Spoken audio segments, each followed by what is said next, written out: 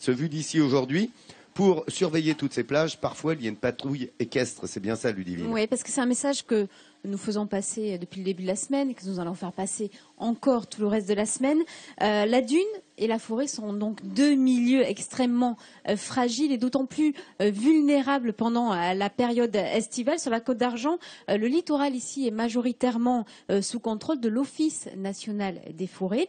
Chaque été, donc c'est à cheval que les agents de l'ONF veillent sur la quiétude de ce milieu naturel et sur et ils traquent aussi les incivilités. Regardez. Ces cavaliers en chemise verte sont les gardiens de la forêt. Une vingtaine de fois durant l'été, les agents ONF laissent le véhicule tout-terrain pour le cheval. Nous avons des secteurs ici, des zones très inaccessibles en véhicule, et ça permet donc d'accéder dans ces fameuses zones du littoral qui sont en gestion durable, qui sont protégées. Leur mission, faire respecter à la lettre les arrêtés préfectoraux qui classent régulièrement le département des Landes au niveau maximum d'alerte incendie. La forêt, si sensible, retrouve sa quiétude. En temps normal, quand il fait très beau, on peut avoir entre 50, 60, voire plus de véhicules.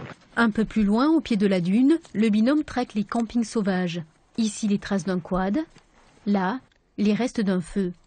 Si les agents privilégient la sensibilisation, ils sont intransigeants avec l'apport de flammes dans la forêt.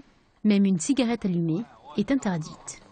On a un carnet timbre-amende qui nous permet de mettre par rapport au feu une amende de 4e classe.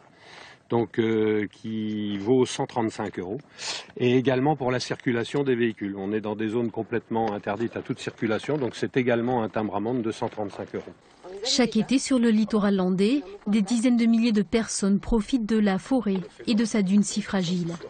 Un écrin sauvage préservé grâce à la prévention délivrée par les agents de l'ONF. Au fil des années, le comportement de ces visiteurs a fait beaucoup de chemin.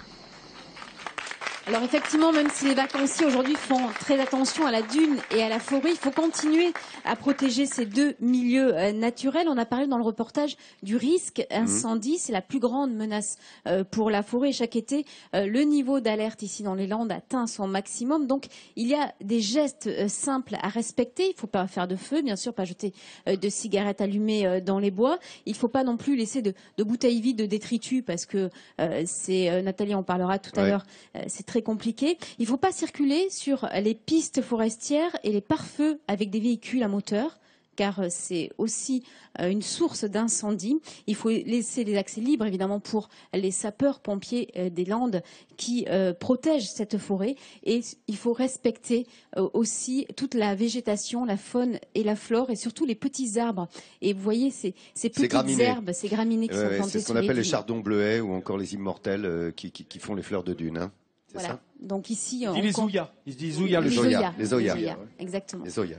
Voilà, donc ici on compte effectivement sur l'attitude des gens ici. La prévention pour préserver justement l'écologie naturelle. Tu voulais dire, je pense que le fait d'être une brigade à cheval, eh bien, ça sensibilise encore plus, justement. C'est le meilleur exemple qui soit, en fait, c'est d'être à l'objectif cheval. aussi.